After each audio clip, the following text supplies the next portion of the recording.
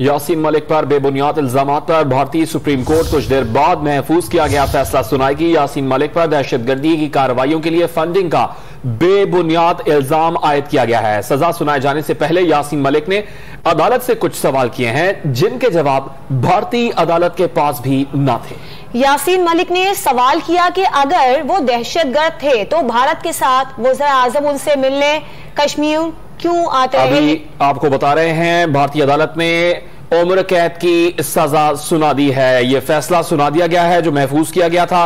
भारतीय अदालत ने यासीन मलिक को उम्र कैद की सजा सुना दी है। अहम अपडेट है, यासीन मलिक पर बेबुनियाद इल्जामात, भारतीय सुप्रीम कोर्ट ने महफूज फैसला सुना दिया है और उम्र कैद की सजा सुनाई गई है। यासीन मलिक को बेबुनियाद और झूठे इल्जामात लगाए गए और भारतीय सुप्रीम कोर्ट ने अपना महफूज किया गया फैसला सुना दिया है। स्याह फैसला इसे करार दिया जा रहा है और उम्र कैद की सजा सुनाई गई है यासीन मलिक को।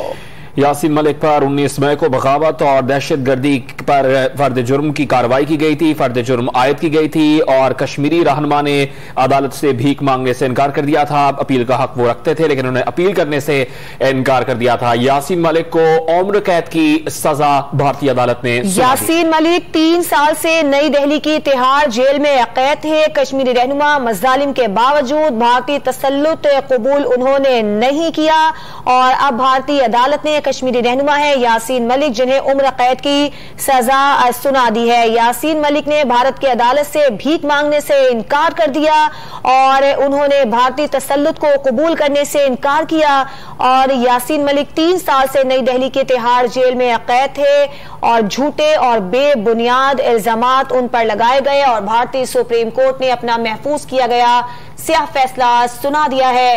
तहरीक आजादी कश्मीर को कुचलने के लिए भारतीय अदालत ने स्याह फैसला सुनाया है और यासीन मलिक को उम्र कैद की सजा सुना दी है। अपील का हक रखते थे यासीन मलिक लेकिन भारत की अदालत से भीख मांगने से उन्होंने इनकार कर दिया। कश्मीरी रहनुमा मज़ालिम के बावजूद भारतीय तसल्लुत कबूल करने से इनकार कर चुके थे। आपको बता रहे हैं तहरीक आजादी कश्मीर को चलने के लिए भारतीय अदालत ने स्याह फैसला सुना दिया है। कश्मीर भर में आज मुकम्मल तौर पर हड़ताल का ऐलान किया गया था।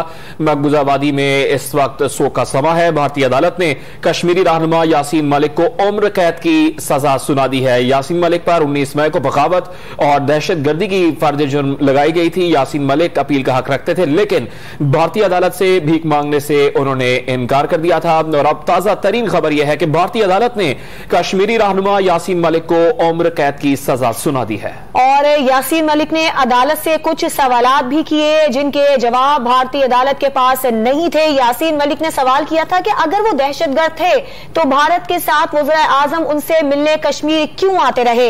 अगर वो दहशतगर्द थे तो केस के दौरान उनके खिलाफ चार्जशीट क्यों फाइल न की गई?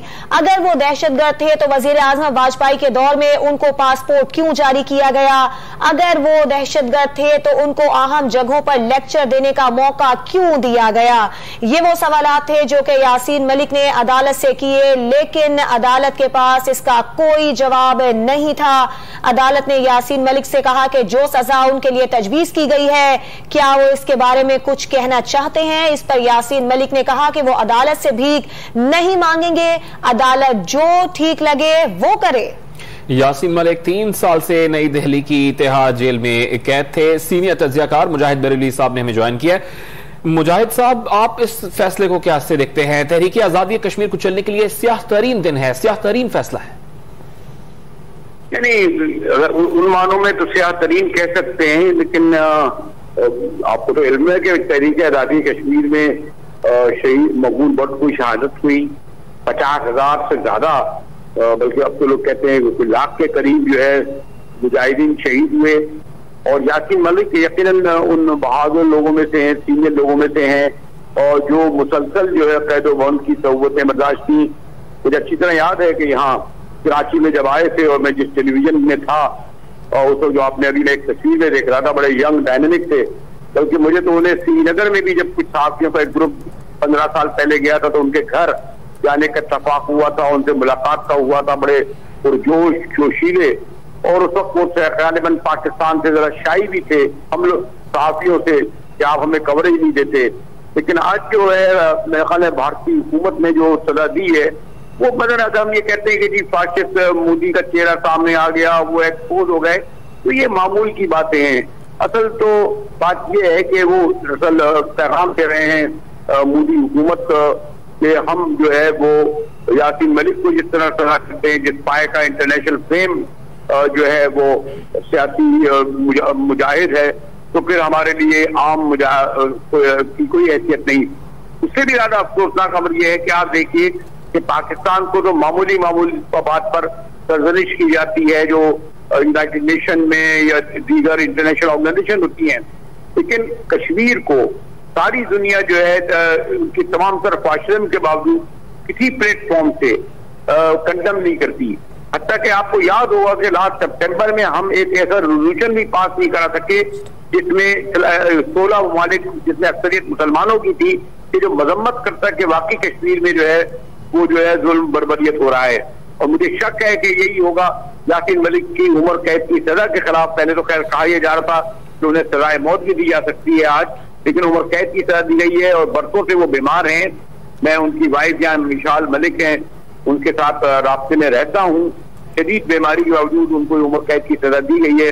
اور جیسے میں نے کہا کہ بھارت کا فاشسٹ چہرہ تو سامنے ہے, لیکن افسوسناک خبر یہ ہے کہ مغرب کا جو جمہوری فیس ہے یا یونائٹڈ نیشن کا جو ایک سافٹ فیس ہے ہمارے جیسے ویسٹ کے لیے, وہ اتنا ہی کشمیر کے معاملے. مجاہد بریلوی صاحب آپ ہمارے ساتھ ہی موجود رہیے, اسی پر ہم تجزیہ لیں گے. سینئر تجزیہ کار ناصر بیگ چغتائی صاحب بھی ہمارے ساتھ موجود ہیں. ناصر صاحب آپ کیا کہیں گے بھارتی عدالت کی جانب سے جو آج فیصلہ آیا ہے یاسین ملک کے حوالے سے, اس پر آپ کے کیا تاثرات ہیں؟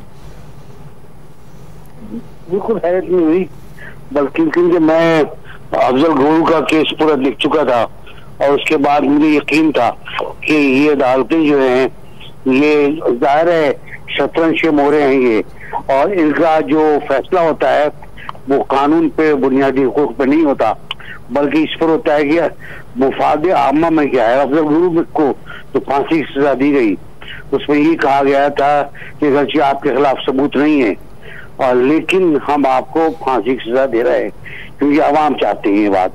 تو جب عدالتیں اس طرح کے فیصلے دینے لگے اور یہ سارے مقدمات جتنے تھے یاسین ملک پر, علی گیلانی صاحب پر, شبیر شاہ, سب پہ مقدمے تھے منی لانڈرنگ کے. علی گیلانی صاحب تو اتنے بیمار ہوئے بعد میں کہ واپس آ کر ان کا انتقال ہی ہو گیا. اسی طرح شبیر شاہ کے ساتھ ہو رہا ہے, وہ مستقل بیمار ہے اور مستقل جیل میں ہے. یاسین ملک کے ساتھ تو خاص طور سے ہوا ہے.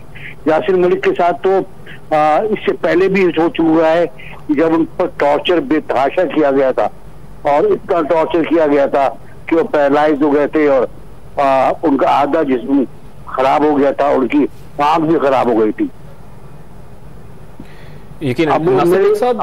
اس فیصلے کو ظاہر تشویشناک بات ہے کہ یہ فیصلہ سنا دیا گیا ہے. آپ کہہ رہے ہیں کہ کوئی اس میں جھجک نہیں تھی کیونکہ سب ایکسپیکٹ کر رہے تھے کہ یہ فیصلہ آئے گا, لیکن جو سوالات انہوں نے عدالت میں کیے ہیں وہ بھی تو جائز ہیں کہ وزراء اعظم ان سے ملاقاتیں کرتے رہے, پھر مذاکرات بھی ہوتے رہے. اب عالمی عدالت انصاف یا اقوام متحدہ کو نہیں اس پہ بات کرنی چاہیے کہ پہلے آپ اگر دہشت گرد کہہ رہے ہیں تو آپ انہی سے مذاکرات کر رہے تھے؟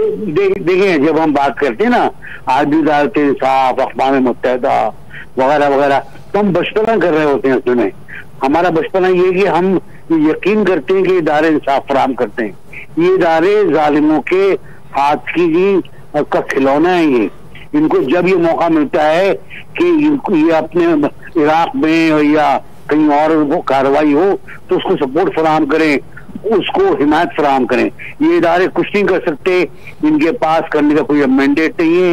انہوں نے آج تک کسی مظلوم کو, کسی بھی شخص, مجھے نہ بتا دیں آپ, فلسطین ہو یا عراق ہو یا شام ہو یا یمن ہو یا کوئی اور ہو, اس میں آپ جو ہے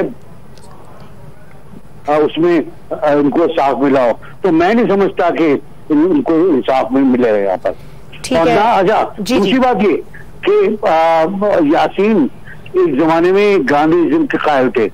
یاسین ایک زمانے میں مسلح جدوجہد کے قائل تھے. یاسین نے دونوں چیزیں چھوڑی اور امن کی طرف آئے اور امن کے لیے پاکستان سے تعلقات قائم کیے انہوں نے. تو یہ ان کو بہت عزت تھی. یاسین کا یہ سوال بڑا ویلڈ تھا کہ واجپئی کے دور میں ان کو پاسپورٹ دیا گیا, سفر کرنے کی پرمیشن دی گئی, وہ پاکستان آئے, وہ کئی ملکوں میں آئے, मुजाहिद साहब भी माशाअल्लाह मौजूद हैं, हम दोनों भी श्री नगर गए थे, यासीन के हम मेहमान बने थे। तो मैं नहीं समझता कि यासीन की यादें जो हैं वो खत्म होंगी, लेकिन मुझे फिक्र इस बात की है कि यासीन की सेहत बहुत खराब है। उस जेल में 2 खबरें और मौजूद हैं, तिहाड़ जेल में, एक मकबूल भट्ट की और एक अफजल गुरु की, और दोनों की लाशें फराहम वापस नहीं की गई कश्मीरियों को। तो इसकी सेहत बहुत खराब है, ये बहुत फ्रिजाइल है। सर आपका शुक्रिया। मुजाहिद बरेलवी साहब और नासिर बेग चुगताई साहब डॉन न्यूज से बात कर रहे थे।